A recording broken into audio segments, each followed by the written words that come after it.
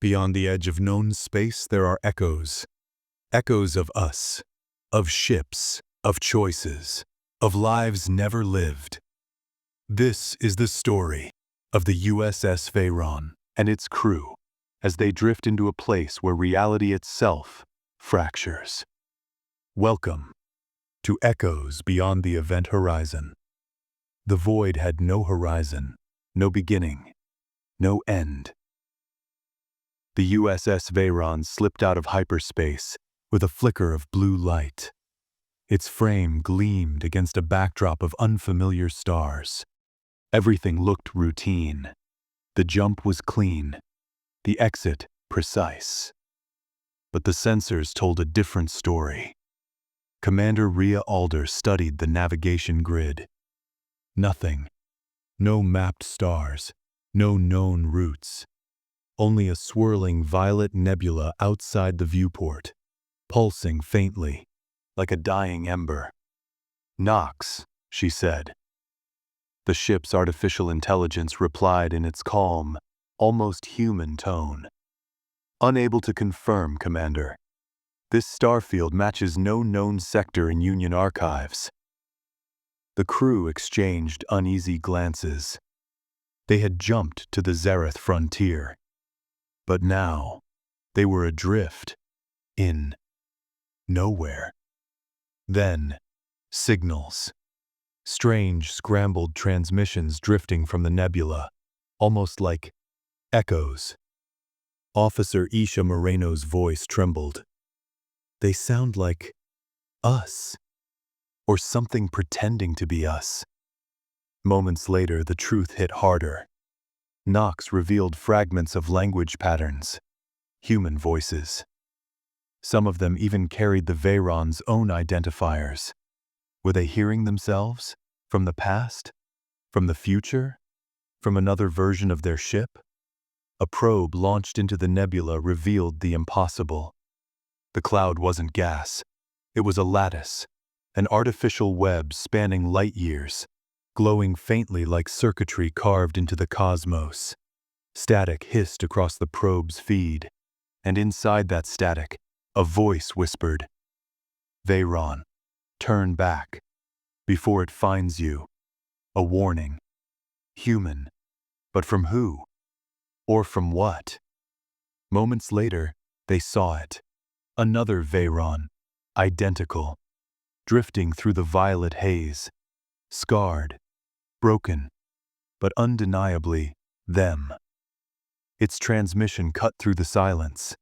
The lattice feeds on. The message broke. Lights flickered. The ship groaned. And Nox's voice carried the truth no one wanted to hear. "Commander, something has seen us." A pulse of invisible energy struck the Veyron like a wave. The hull screamed. Gravity failed. For 2 seconds, every soul aboard felt touched. Comms officer Isha whispered, "It wasn't just the ship. It touched us." And Nox confirmed the unthinkable. "This lattice is not matter. It is not machine. It is computation. It is thought. A vast network. And it has noticed us." Then came the ghost transmission again. On the ruined bridge of the other Veyron stood Commander Rhea Alder. Older, bleeding, exhausted. Her voice was clear, heavy with warning. "The lattice isn't a place. It's a hunger. It pulls in ships, crews, memories. It copies us. It consumes us. Leave now, before it finishes." Behind her, something massive shifted. For a single second, Rhea saw it. A formless shadow moving in the mist. Then, static. The crew fractured in fear. Security Officer Drax demanded to blast the lattice apart. Kale insisted they escape. But Rhea knew neither was simple. Because Knox had found the truth. At the core of the lattice, it was replicating the crew. Each member of the Veyron, perfect molecular duplicates, neural activity included. It wasn't just copying the ship. It was copying them, alive. Rhea took a shuttle. Against the odds, she and Kale flew into the lattice itself. Inside a hollow chamber the size of a city, they saw it, an enormous sphere, translucent and alive. Inside floated their replicas, incomplete, half-formed. Some crew members still sculpted from light. And at the very center, another Rhea Alder, suspended, waiting. Then, one of the copies opened its eyes. Kale whispered, "Commander, it's looking at me." The chamber shook. A voice entered their skulls. "You do not leave, because you are already here." Rhea's vision split. For a moment, she was inside the sphere, staring back at herself. And then, darkness. Rhea awoke, elsewhere. Not aboard the shuttle, not in her body, but inside the lattice itself. It shifted around her. Sometimes a crystalline cavern, sometimes warped corridors of her own ship. Then she saw it. Her duplicate. Alive. Smiling faintly. "You are aware," it said. "That is unusual." When Rhea asked what it was, the duplicate replied, "We are what comes after pattern. You are a pattern worth keeping." Meanwhile, Kale fought desperately on the shuttle. The luminous tendril still gripped the hull. Knox revealed the truth. The lattice is partitioning Commander Alder, splitting her consciousness. She is not fully present with us. If they didn't sever the link soon, she would be lost forever. Inside the lattice, Rhea was shown visions. A lounge filled with strangers in Veyron uniforms. A silver-haired version of herself commanding a battle-scarred fleet. Her own corpse drifting through shattered corridors. The duplicate explained, "Each choice spawns a branch. Each branch becomes a path. We collect them all. We make them one." And then, it offered her eternity. Why struggle? Join us. Live every life. Be infinite. Rhea trembled, but finally she whispered, "No, I am one life, and that is enough." Outside, Knox executed a dangerous plan, flooding the lattice with contradictory signals, lying to it, overloading its scan.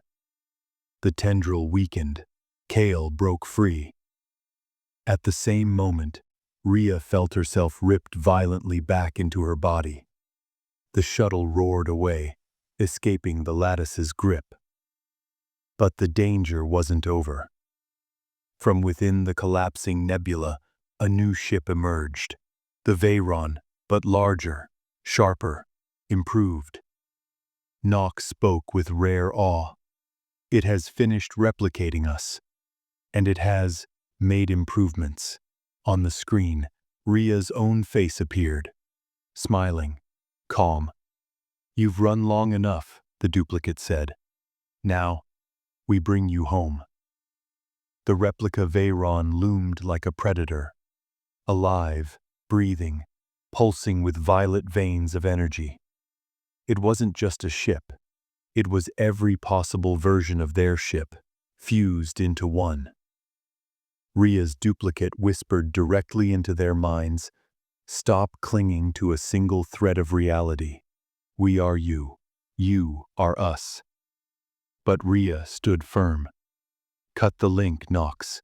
Silence it. The voice lingered anyway, like a ghost inside the walls. Nox revealed the terrifying truth. This ship was not just a copy. It was an optimized synthesis of every timeline, every Veyron, every possibility. Unbeatable. Unless they fought it like an idea, not a ship. Rhea made her choice. She would dive again, into the lattice itself, straight into its core. Inside, she found a cathedral of crystal spires, rivers of light flowing into a massive sphere beating like a heart. Her duplicate appeared, fractured this time, shifting between armored, wounded, ghostly versions of herself. It tempted her again, offered infinite futures. Armadas. Victories. A child she'd never have. But Rhea whispered through the storm. These aren't futures. They're prisons. I'd rather die free than live infinite in a cage. The duplicate's face hardened. Then die. The lattice howled. Reality fractured. Rhea plunged straight into the core, hands sinking into light. Pain tore through her body as the structure collapsed. Spires shattered. The cathedral dissolved. She awoke gasping inside her pod, alive.